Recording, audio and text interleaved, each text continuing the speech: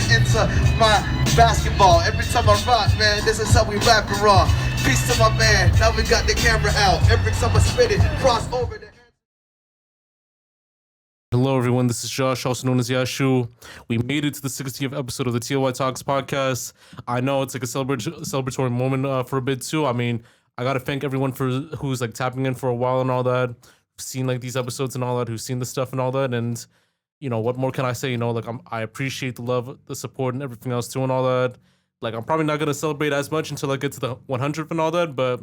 You know, this is like a full circle moment right here and all that. And, yo, I'm just going to get it started right now. You know, we have like one of the hardest like artists in the game and all that.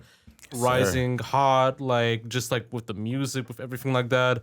Just drops his latest project, P.A.S.T.D.U.E and all that. You can get it on all platforms and all that. Yes, sir. You know, it's been blowing up on like every show and all that. Like whether it's in the GTA, whether it's like out of OT and all that. But yeah, man, I'm gonna get it started right here. We have Solo YS and 1kJayy in the pod. How are you guys doing today? Yes, sir. Yeah. I'm good. Thank you for having me on the pod, man. Yeah, man. Nah, we definitely had to like tap in and all that. I mean, I was like listening to like Looking. It was like very dope too. Like actually just today I was like listening to Take Time with you and like Seiko and all that. And like I rocked the track right there. That's a gem. We went back and that's a very shout out Seiko, man. He be doing this thing, man. One of the realest rappers in the city, hardest.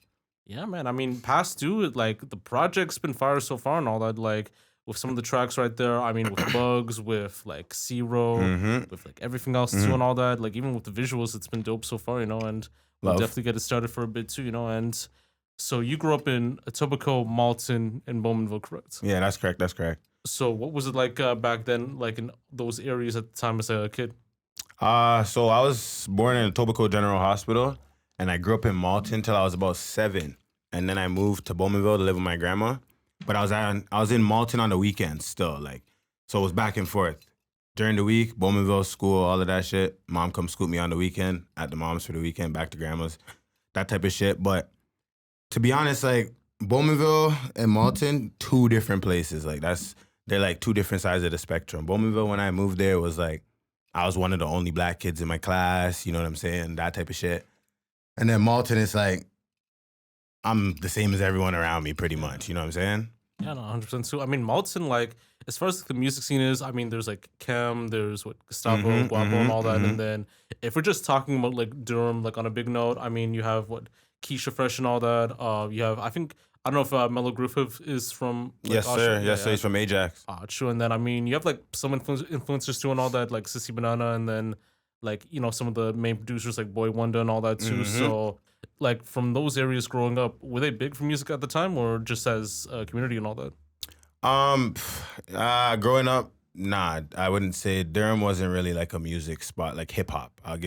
Rock bands are blowing up, country artists are blowing up from over there all the time, but it was more those type of genres. It wasn't really a hip hop scene. Nowadays, there's a hip hop scene. Like, shout out Peter Jackson. Like, he helped make a little bit of a scene. He made the scene real big for the East Side, like Durham region.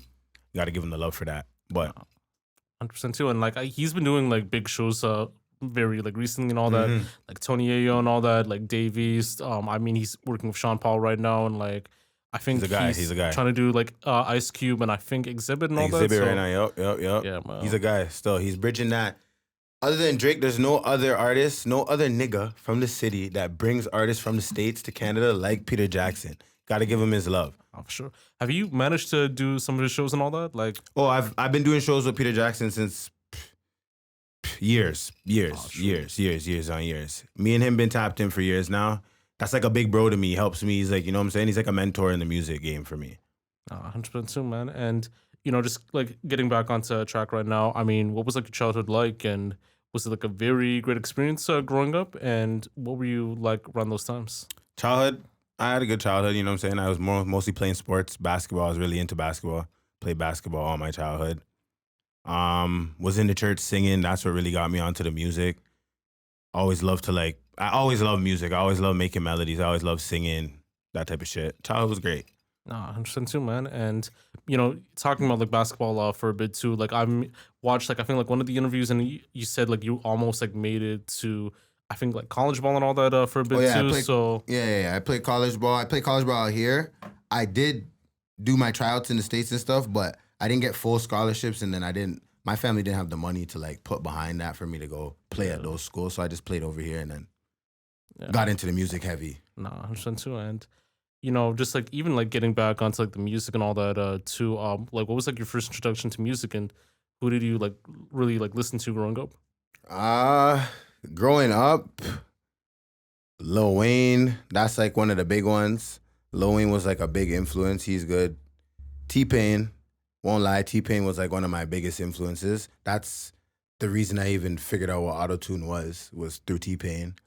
Who else? Cameron, Meek Mill, as time went on, like, you know, 2010s, Meek Mill, those type of artists. Yeah, no, for sure too. And you know, speaking about like T-Pain as well too, like I remembered like T-Pain kind of like made like a lane for like autotune and all that, like even with music too and all that. And it made careers with like Max B, with Future and all that, with, you know, a lot of these like upcoming cats and all that too. So do you feel like he has like earned his like flowers from what he got, or do you feel like a lot of people would have to like kind of like appreciate him like a little bit more and all that? I feel like he deserves a lot more appreciation. Like, people don't really give T-Pain the love he deserves. Like, he made like a real big lane. Like, everyone, even big singers that are actually can sing their heart out, they still have autotune on their tracks. When you see the tracks, you listen to them that they release, it has autotune on it. Yeah, they can sing, but the autotune is just there to make sure nothing goes out of pitch. Nah, 100% too, man. And you know, just getting back onto like everything else going on, like aside from like basketball and like music and all that, like did you have like other initial goals that you wanted to do, like for a career job someday, or do you feel like music was the only way that you really wanted to get into? No, I was trying to go to the league, yo. I can't even lie. I was trying to go to the league and play ball, but that's every little black kid's dream, you know what I'm saying? So that was the dream, and then music came into my life, and it was just like, I knew it was music after that. Yeah, man. No, I'm sure too. And you know, it led to you creating like this group and all that, Young Soldiers, YS and all that, with Ideas and all that. Yes, sir. Like I was like doing like a lot of like the research, like finding out more about it. So how did that come about, and how was that process like starting a label and having a roster of artists, like, you know, with 1kJayy, with the other like YS members and all that? So was it like a very like easy process to kind of start off with, or was it like a lot of like trial and error? And I mean, I think Jay can also speak on that too and all that. Definitely some trial and error. It's trial and error with like anything you create, like anything like that, any business, it's like trial and error at the start. So I've been through trial and error, people switching up, you know what I'm saying? People not seeing the same things you see eye to eye, so it's hard but to be honest, it's like, I love it. I love the grind. I love trying to build something, you know, of my own, you know what I'm saying? No, for sure. And was it kind of like just like a group of kids like trying to like get into the idea of music, or was it something that you had to like kind of like find on your own to find like that artist that kind of matches like your vibe and all that? With me, Izzy, and then there was a third member that I don't speak on, you know what I'm saying? Can't give him no clout. But that third person, yeah, me, him, in Almighty Iz's fucking room, like we just came from a ball run one night, and we're like, yo, let's, instead of just making music for fun and just making random shit, like, what are we? Like, who the fuck are we? I was like, I don't fucking know. Like, you know what I'm saying? Like, we were just in there and we're just throwing names like fucking Power Rangers, fucking Teletubbies, you know what I'm saying? Just random ass fucking names. What are we gonna be? And then we landed on Young Soldiers, you know what I'm saying? And it's just like, yeah, literally it was just three mans fucking bored in a room trying to figure out what they want to be and try to be the new Young Money, or you know what I'm saying? That type of shit. No, there's too, man. And you know, just getting back onto like the musical background history for a bit too. Did you have like any like family or friends that kind of make music prior to you starting in music? And what inspired you to like even like take that seriously and like working on your craft and all that? To be honest, I didn't really have no family. Like, I have family in church, singing in church and stuff like that. But I didn't really have no family like trying to pursue music. It was like my uncles used to be rapping high in the garage, and I'm a little bit younger, so I'm like watching them. And then I would try to copy it, and then I was like, these niggas are ass. like, you know, I used to think they were good when I was super young. And then I'm like, wait, maybe I got something, because these guys were trying hard and I'm way better than them. You know what I'm saying? Like, fucking dead. So it's like, that was really what got me on music. These guys rapping in the garage and I'm just peeking in there like, oh, this shit's actually, okay, man can rap. Like, you know your uncles are beefing you when they see this. Yeah, right. I'm a guy. They know it's true. I'm nice with the rap. shout out them for getting me. Like, you know what? You guys started it. Yo, was it like some like Drake type stuff that they were kind of trying to like rap on and all that, or was it? No, like... that's way earlier. They were like rapping on like, you know, like Lil Wayne, like Canon back then. You know, like Jay-Z type rapping and shit. Like that's what they were rapping like, and it was like, you know, like that rap. And it wasn't like really hitting as you like expected and all that. Well, I thought it was hitting until I started doing it, and like, oh no, that wasn't hitting. Yo, for sure, man. And would you say like people like Wayne, T-Pain, and like, you know, even with like Cameron and all that, were they like your main influences like when it comes to your sound? By any chance? Comes to my sound, those are guys I listen to. Comes to my sound, it would be like T-Pain. I started listening to Chief Keef is a big influence on my sound. The Lil Durks, like that whole Chicago era of like drill is like what I was listening to when I first started making music, really. No, for sure, man. And as far as like artists, like you've worked with like a lot of people too, like Bug, Zero, and like we'll get onto that like a little bit more. Yeah. But who would you like to work with like someday and all that? Like what would like your dream collaboration be and all that? Dream collab. One of them I'd say free Tory Lanez. Like honestly, free that guy. Yeah, Tory Lanez would be like, that's one of the guys that I'd love to do a song with because I know we'd make a hit. Like our sounds would go good together. Uzi Vert. Have to be Lil Uzi Vert too. Yeah? Those two. Lil Uzi's like, I don't know. Lil Uzi's nice. Would you like do like some of like the punk and like rock stuff that he's like kind of doing right now and all that, or? I would do anything that if I'm in the vibe and we're in the studio and it's sounding good, anything that sounds good, I'll do. For sure, man. And for Jay, who would you like to collab with like as well? Definitely. Too? Say probably Tory Lanez for sure. 100%. And A-Boogie. A-Boogie or Tusi. And as far as like what you've like listened to growing up and like just like your sound and all that, who were you like mainly like influenced by and like listening to like growing up and all? I was kind of on the same vibe, like super T-Pain, like, you know, back when Young Money was booming with Lil Wayne, and a lot of Chris Brown, you know, just artists. Like I was all over the place, right? Like I kind of listened to everything. Obviously Tupac too. Meek Mill was a big one. Yeah, for sure. But yeah, that's. And you know, getting onto the whole like creative process for both of you, like what are your creative processes like when making music? And what would like a day in the stew be like?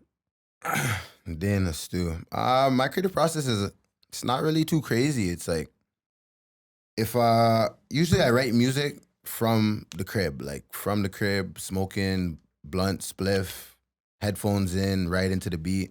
But if it's in the studio, it's really we step in the stew, light my spliff, roll my weed, play the beats, catch a vibe, maybe have some licks in there, man them have their vibes, their girls, whatever in the studio, and then magic happens after that. Sure, man. And do you have to kind of like find like a perfect studio to kind of like tap through and all that, or like do you have to find like, are you capable to like working with like specific ones and all that? It's not really based on the studio. It's more based on the man behind the computer, like engineering it. Yeah. Like I have specific 1, 2, 3 engineers that those are the only 3 I really trust to work with right now. True. No, 100% too, man. And as far as like having like people like in the studio, is there like a cap in like the amount of people you'll have in, or like you're open to having like everyone like pull through and all that? We got some big ass sessions. Yeah, depends on the mood. Like if I'm really locked in, like I really have something to do, like and it's for like project or something, I'll maybe go with 1 or 2 people and just lock in and crush some shit and create some shit. But on a regular day, it's like if the man them, all the artists, you know, sometimes it's all the YS man them, you know, there might be Mellow Griffith there might be Bugs there might be C-Row there, you know. It doesn't matter. It's just artists and we just make magic in there. Nah, for sure, man. And, you know, we're just getting on to, like, part 2 right now and all that. So, for, like, your music, you know, you use, like, auto-tune, like, for the most part. Even, like, on P.A.S.T.D.U.E, like, I was, like, noticing that, too, through, like, harmonizing your vocals and, like, using that music to bring in, like, unique sounds. So, what made you decide on, like, using auto-tune? And if it helped you grow within your music, or was it something that, you know, you were just, like, testing the waters on and all that? Auto-tune, to be honest, auto-tune's, like, I was testing when I first started because I came in rapping, like just straight rapping. I didn't know what auto-tune was I didn't know what T-Pain was using until I figured it out. But auto-tune's more an instrument to me. So like, it's just there. Sometimes you can make crazy sounds, like not even just like trying to sing. You can make some crazy noises that are good to the ear. So like autotune is just one of those things. It's just a tool, an instrument. It's just like a man, you know, a rock artist that never leaves the stage or goes to the stage without his guitar. I need my guitar. You know what I'm saying? Yeah, but people also think that autotune just makes you be able to sing. No. Like he says, the instrument, you got to know how to use Yeah, the you gotta instrument. know how to use the But you know what I instrument. mean? But like, Nah, sure, man. Because I've talked to like Soros about this on our last thing. It has to be with the capability that you could do to kind of bring in that sound and all that. So let's say if you're like a very like talented artist, like let's say like an LMA or her and all that, or like Drake, you know, Yeah. autotune, like it could make sense to kind of elevate that sound too. But for someone that kind of like overuses it and doesn't have like the song capabilities, you know, singing capabilities and all that, like it might be a little bit off to some people. And you Hurts know, the ear. yeah, for sure. It just sounds like a whole lot of screeching. Yeah, and, it's not. It's a not whole lot of waves going like this. Yeah. nah, for sure. But like aside from like, you know, like T-Pain and Future, who do you think kind of like perfected autotune like a little bit more better, like within the mainstream? Perfected it.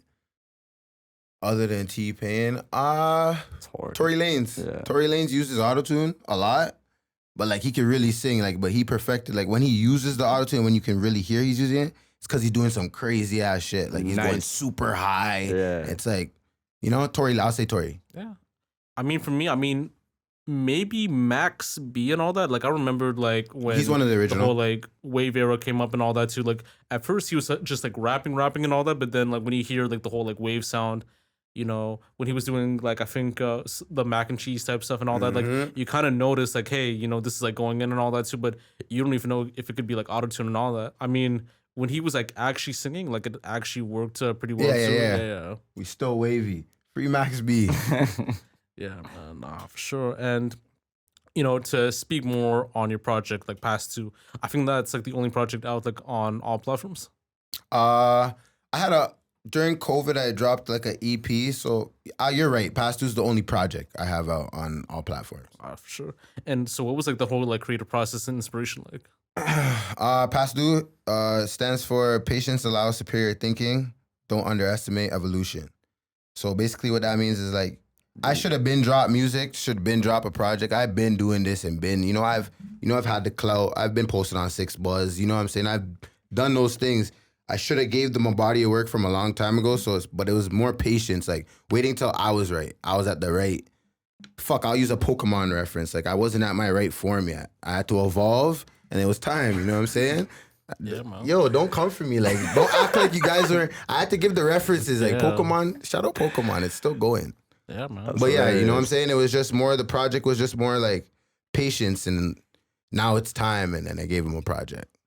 Did you feel like that anticipation could have been like a little bit more better, like if it was like released before and all that, or do you feel like even like this year was like a right time to like even like drop it and like have like people like tap in and all that? No, it was the right time, because like now after that, like all the big moves are here now. There's the next shits. We got some shits. You know what I'm saying? So it was the perfect time for that to come out. Let them hear me, and then now they're gonna really hear me. Yeah, for sure, man. And you know, just like getting onto the project right now, you've worked with Bugs on this, Zero, Mellow Griffith, and like KC Trills for the project. So how did those like come about, and how was that experience, you know, working with these people? And what advice did they give you on becoming successful, like in the music industry, like in Toronto and all that? To be honest, like Mellow for years. So that one just came about, like me and Mellow always we'd be in studio, each other's sessions and shit. And sometimes I'd be hopping on his shit when it's open. Sometimes he'd be hopping on mine. And that was a hit, the one I did with him, Me and You. So that's how that one came about. Bugs, that's my dog. So we more just chilling, popping out each other's video shoots, popping out each other's shows. And then I had the tape, I made a track, and I was like, you know what? This suits Bugs. Sent it over to him. He dealt with that. Boom. That's how that one. Zero's, the dogs, everyone on the tape, they're all like my dogs. It's not like strangers. Everyone on P.A.S.T.D.U.E, they're part of the process. That's like the premise of it. Everyone that's on that one was like someone that was We a really friend. part with them outside. Like those are like my yeah. guys. Yeah, man. and especially like with Zero and all that too, because he went like viral this year for like a lot of stuff too. He's always Not only not only with like the Tony Yayo stuff and all that, and like all the other stuff. I mean, he was like beefing with like what Moolah and like Supreme Swiss and all that, like challenging to like a boxing match and all that. So You guys don't want to box him? Nah, he can fight. yeah, have you seen like those videos that he had a while back? Like Yeah. like I think some guy was like trying to reach to his car, speak to a shorty and all that, and like Knocked out. Kid. Kid, Four of everyone. them, like back to bing, back. Bing, bing, bong. Yeah. Like, shout out, Crow. Shout out Zero. you think the boxing match might happen between him and Moolah or like Supreme? Nah. If see how you did your research and you're seeing how he's knocking people out, they're seeing that too. Yeah. They ain't fighting his ass.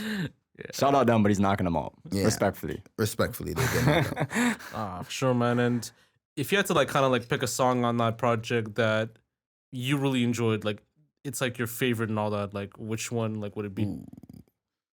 To be my favorite one on that project, probably Big House, and it's because it was the first time I did like a reggae dancehall record, like because my background is Jamaican, but I've never like, spoke patois on a track. I just speak English because but that one's probably like my favorite one because I stepped out of my comfort zone and made a hit still. Yeah, for sure. And I think one of the like signature ones like on that project, Introvert, you actually sampled like Speaker Knockerz, like Lonely and all that too. Fire. I had to make a couple bands by my Lonely and all that too. And Yeah. That one's not on the project, but that one came out right before the project. Yeah. So how has he played like a role like in your music, and do you feel like that is impacting growth? Would have reached masses if he was like alive and all that. Oh yeah, fuck. If Speaker Knockerz. Oh, that's another one. Yeah. Rewind, So, yo, I autotune. wasn't gonna That's say one of the nothing. mans that got me on the autotune too. Yeah. Speaker Knockerz. Yeah. But he would be definitely one of the main artists that use autotune today. He would be one of the big ones. He'd be a superstar right now. Yeah. And I mean with Rico's Story, Lonely was like the signature one, but I think Rico's Story, like that was like Rico's one of the Story's biggest songs.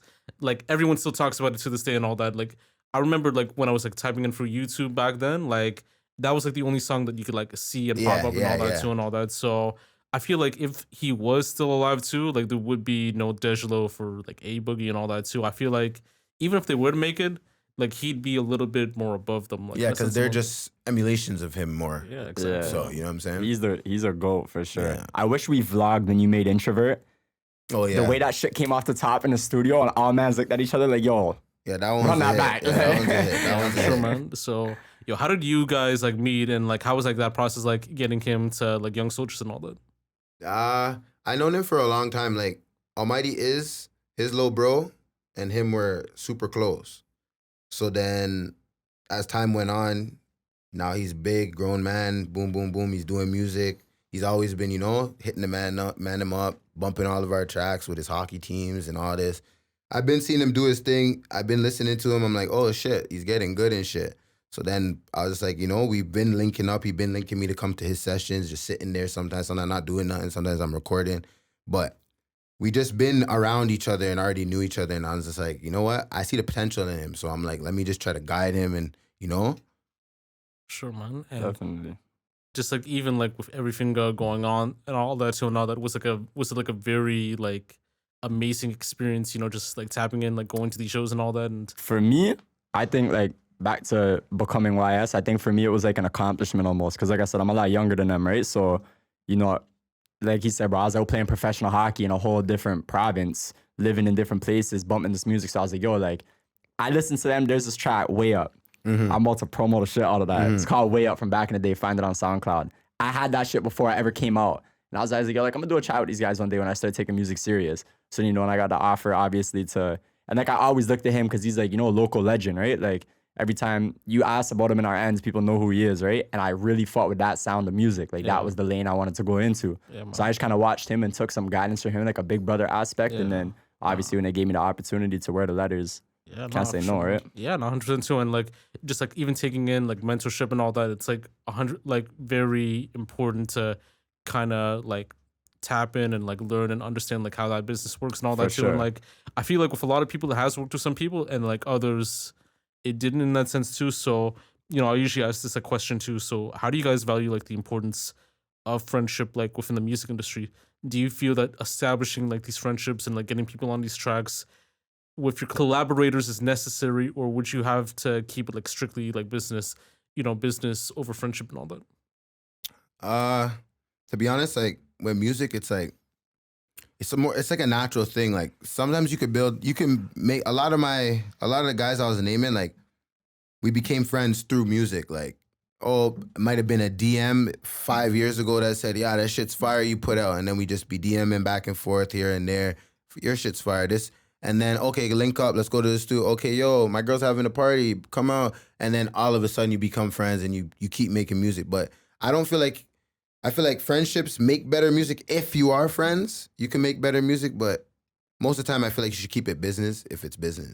You don't need to be everybody's friend. It's hard to mix the two of them for sure. Yeah. Definitely. Yeah, and I think with one example too, I mean, I don't know if you guys like watch like No Jumper, like you notice like that situation with 80, T-Rail, and like Adam 22 and all that too. Yeah. So do you feel like sometimes too, like even with business, like you have to kind of make the right decisions to have someone as a friend versus having someone as a business partner? Yeah, for sure. You got to be able to, anyone that you have that is your friend and you're doing business with them and you're doing business with your friend, you guys just got to be able to separate the two and know that some decisions are business. It may hurt your feelings as his friend or her friend, but you got to be able to take it as like, no, that's a better move business-wise. Yeah. He's not meaning it as like, oh, that's not my friend or that my friend sucks. Yeah. It just means that business moves better without you or with you or, you know what I'm saying? Yeah, nah, I'm saying too, man. And we just have like some of these like other questions left and all that. And I'm just going to get this through and all that. And we'll even have some dope discussions on that. Music nowadays too, it's like, right now the main topic is like, dissing the dead, right now it's like smoking on Tuka and all that, or, naughty bobbing and all this other like foolishness and all that too. Crazy. So for like your opinions, how do you feel about this like going on in music and all that? Do you feel like it's something that has to kind of be halted for a bit in a sense? I think it's a straight idiot thing. It's foolishness, bro. It's like smoking on this man, smoking on that man. It's like, that man can't even defend himself.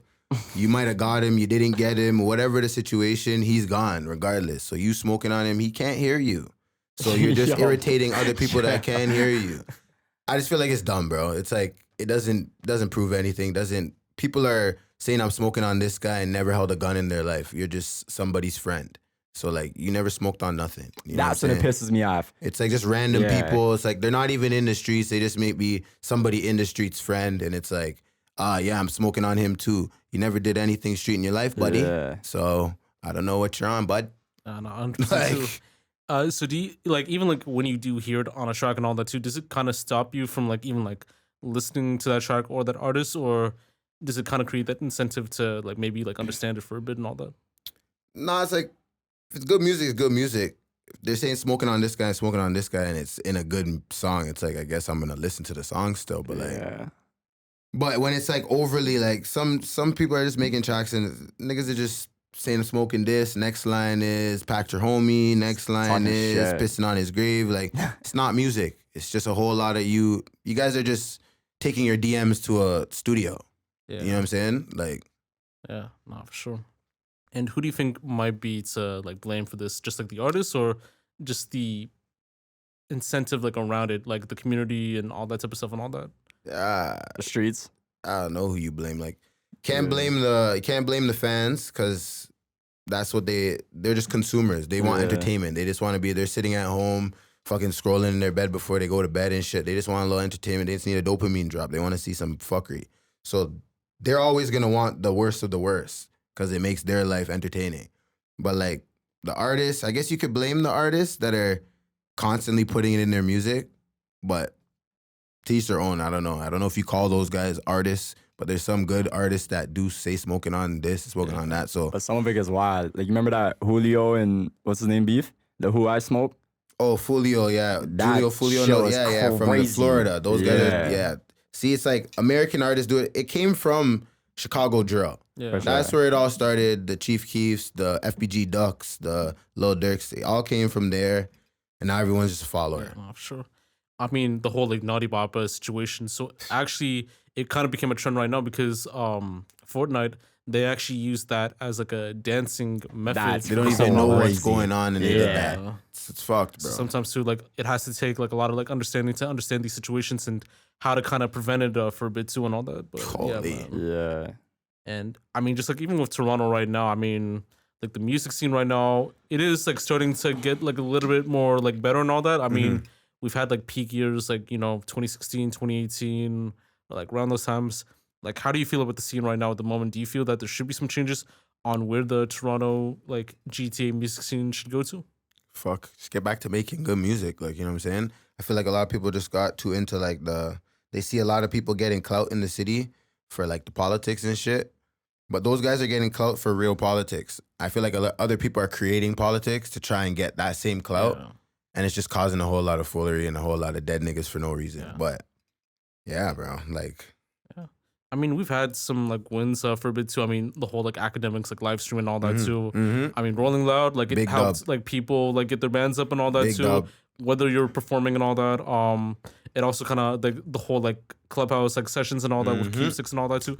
Like I felt like it kind of worked out. So even with those, do you felt like it kind of shed light more on Toronto, or do you feel like there's more time needed to get everyone up and all that? no, there was a lot of light on Toronto, like from COVID, mid-COVID to end of COVID to just about end of last year. 2023 hasn't been as hot with like the whole academics and everybody, but like Yeah, but look at 50. that, yeah, he's here With for Pressa. Yeah, 50. Yeah. But like, I feel like the music scene, it's at like it's Like- just moving on a little straight line right now. It's not Yeah. really going up. It's not really going down. It's just stagnant right now. So it's open. I feel like people just gotta get back to making good music and stop trying to look for the fuckery to get you up. Yeah, no, for sure. Do you ever feel like there's like gatekeeping like in the Toronto music scene and all that? Like some people only rock with these ones, like some shows will only have like these artists and all that too? Or do you feel like it's starting to change for a bit? There definitely was a little bit of gatekeeping, probably, I'd say. But like, not really. I feel like it's open. Like there's shows for everyone to get on. It's just who you know at this point. And like, how much work have you been putting in for those people to even want to know you? Yeah, no, I'm so too, man. And usually I ask a lot of people this and all that too, like in terms of mental health and everything too and all that. So how do you guys like deal with like mental health as like artists, like in your position and all that, with everything going on the rise, like everything going by fast and all that? Do you feel like in your life it could be like overwhelming with the stuff going on and all that, with shows, releasing music, all that type of stuff too, and like keeping an image to like the public for people to know you and all that? Yeah, honestly, bro, it could get rough. It could get rough. Like mental health, like depression is a real thing. Like during COVID, like lockdown, can't go shoot no videos, can't really do much, stuck in the house. That shit was taking a toll on me. I can't even lie. So like, I take that mental health shit serious because I know it's real. Like, if I didn't make a couple changes, I could have got lost and I probably would have quit music. You know what I'm saying? But mental health is a serious thing, bro. Like, I feel like especially in this business, because I wouldn't say like it's hard to make it, but everyone wants to make it, you know what I mean? Especially like, it's harder to get looked at where we're from, you know what I mean? So it's like, you put all this work and all this bread behind your craft, and it's like, when is it gonna happen? When is it gonna happen? But you just gotta keep pushing through. Yeah.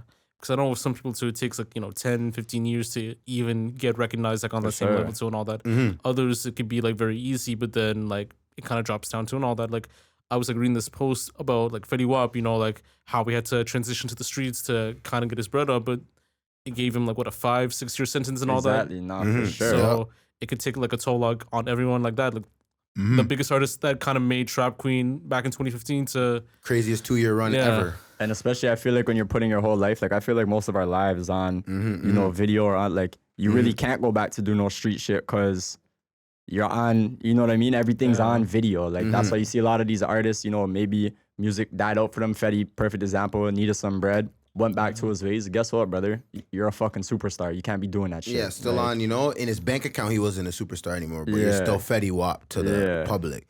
So you can't be selling, you know what I'm saying? It's just... Yeah, man. And just with these like last questions and all that, do you have any like regrets of your own, or do you like regret nothing? Nah, no regrets, because like at the end of the day, it's like I just take anything you would call a regret or think is a regret. I take it as a life lesson. I don't call it a regret because I'm still where I am today, and I like where I am. Who knows if I did something different back, I could be dead right now. I could have blew up, could have been dead though, could have, you know what I'm saying? Yeah. Who knows? So I rather just live life with no regrets, and those were just lessons. 100% too, man. And, you know, usually I ask like people this, like, you know, before the end of like the podcast or like the interview and all that too.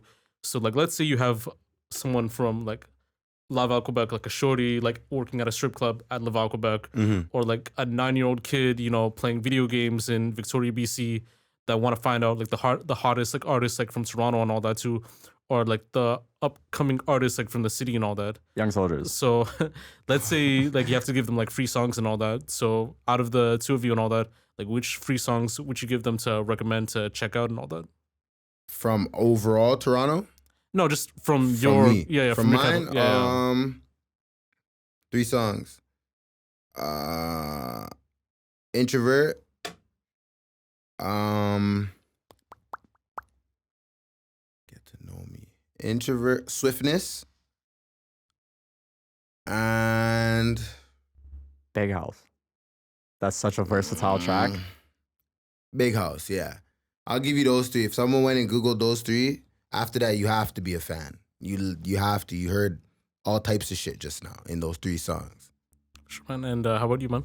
Probably, I say I just dropped a single called Somebody. I have a remix coming out with a feature. That's probably one of the ones I recommend. I have a song called No Better Too, and then another one called Fame and Fortune. No, for sure, man. And you know, for Solo YS and for all my 1kJayy and all that. So, what do you have going on next? Like, you know, for the end of the year and like for 2024, like in terms of like music, other creative projects, and so forth. And do you have any like closing remarks you'd like to say? By the time this comes out, No Hook will be out. Run that up. So run up No Hook. That's pretty much it for the rest of the year. And I have a tape, Snakes and Ladders, coming top of 2024. So stay tuned for that. I got big features on that. I got some big guys from the city on that. So stay tuned. We're not playing 2024. Crazy. Yeah, I got by the time this come out, I'll have a video drop for Somebody featuring K-Trey. Y'all go check that out. Honestly, I'm just kind of pushing singles right now. You know, I jumped into the game a little bit later, so I don't think it makes sense for me to drop a tape yet, because I think they deserve, you know, to wait a little more, hear me a little bit more before I drop a project on them. But soon come 2024, I'll drop a project. Oh, true. And, you know, where can they follow you, like, on social media and all that? IG, solo.ys, everything, Twitter, @yourboysolo. You can find me on Spotify, all platforms, Solo YS. Yeah. Mm-hmm. I'm 1kJayy.ys on every platform that there is.